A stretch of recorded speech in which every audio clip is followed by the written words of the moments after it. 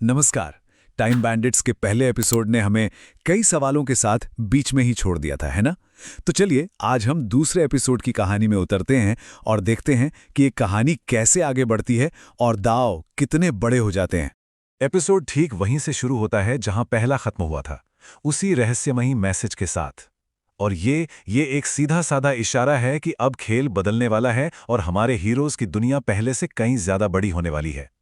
Doctor काल को हराए हुए सिर्फ 3 दिन हुए हैं और हमारे हीरोज राज, मीरा और आर्यन एक तरह से दोहरी जिंदगी जीने की कोशिश कर रहे हैं। सोचिए, एक तरफ तो वो अपनी नई कमाल की शक्तियों को समझने में लगे हैं और दूसरी तरफ भाई स्कूल का होमवर्क भी तो करना है। पर यह शांति ज्यादा देर टिकती नहीं है। तीनों को एक ही वक्त पर एक अनजाने नंबर से एक मैसेज आता है और बस सब कुछ बदल जाता है। उन्हें पता चलता है कि वो अकेले नहीं हैं और एक बहुत बड़ा खतरनाक खेल, जिसे फेज 2 कहा जा रहा है, असल में शुरू हो चुका है। तो ये रहस्यमयी मैसेज उन्हें दिल्ली के इंडिया गेट पर आधी रात को बुलाता है और वहां उनकी मुलाकात एक ऐसे इंसान से होती है जो उनकी दुनिया के सारे राज जानती है। नाम है एजेंट माया। एजेंट माया, जो कि एक पूर्व सरकारी एजेंट हैं, एक बहुत ही चौंकाने वाला सच बताती है। उनकी ये सारी शक्तियां 50 साल पहले बनाए गए 8 रहस्यमयी उपकरणों से आ रही हैं और अब डॉक्टर काल बाकी उपकरणों को हासिल करने के लिए जेल से भाग चुका है। और यहीं पर कहानी का दाव बहुत बहुत बड़ा हो जाता है। देखिए, डॉक्टर काल सिर्फ दुनिया पर राज नहीं करना चाहता, उसका प्लान तो उससे कहीं ज्यादा डरावना है। वो पूरे भारत को समय के एक ही पल में हमेशा के लिए कैद कर देना चाहता है। जरा सोचिए। और यहीं से असली मिशन की शुरुआत होती है। अब ये वक्त के खिलाफ एक दौड़ है। एक तरफ सरकार उनके पीछे है, दूसरी तरफ डॉक्टर काल। क्या वे इन सबसे पहले बाकी शक्तिशाली बच्चों को ढूंढकर एक साथ ला पाएंगे? तो टीम का पहला पड़ाव है मुंबई। वे अपनी पहली नई साथी ज़ारा को ढूंढने निकलते हैं और यहीं से टाइम बैंडिट्स को एक साथ लाने का मिशन असल में शुरू होता है।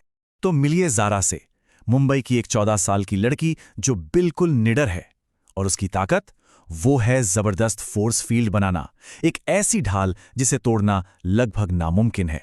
टीम को ज़ारा तब मिलती है जब वो सरकारी एजेंटों से घिरी होती है, लेकिन उसे किसी के बचाने की जरूरत नहीं है। उसका ये अंदाज और ताकत साफ बता देते हैं कि वो किसी से डरने वालों में से नहीं है। एक जबरदस्त एक्शन और भागदौड़ के बाद ज़ारा ही अपनी टीम को उसका नाम देती है और बस इसी तरह टाइम बैंडिट्स का जन्म होता है। अगला मिशन उन्हें बैंगलोर ले जाता है, जहां वो विक्रम से मिलते हैं। विक्रम 13 साल का एक शर्मीला लड़का है, पर उसकी शक्ति कमाल की है। वो किसी भी टेक्नोलॉजी को अपने दिमाग से कंट्रोल कर सकता है। जब एजेंट विक्रम के घर पहुंचते हैं तो वो अपनी शक्ति का इस्तेमाल एक बहुत ही अनोखे तरीके से करता है।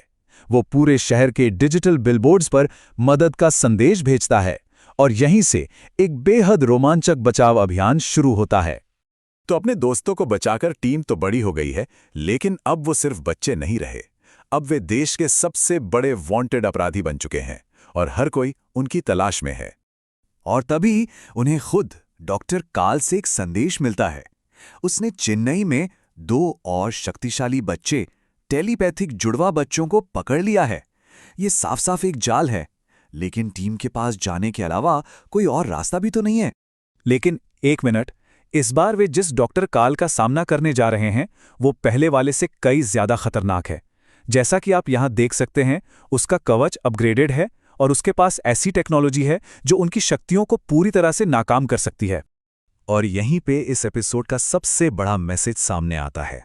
अकेले उनकी शक्तियां काम नहीं कर रहीं, लेकिन जब जुड़वा बच्चे उन सभी को दिमागी तौर पर जोड़ते हैं तो उनकी एक साथ मिली हुई शक्ति डॉक्टर काल की टेक्नोलॉजी पर भारी पड़ जाती है। ये एकता की असली ताकत है। तो टीम जीत जाती है और जुड़वा बच्चे अब सुरक्षित हैं।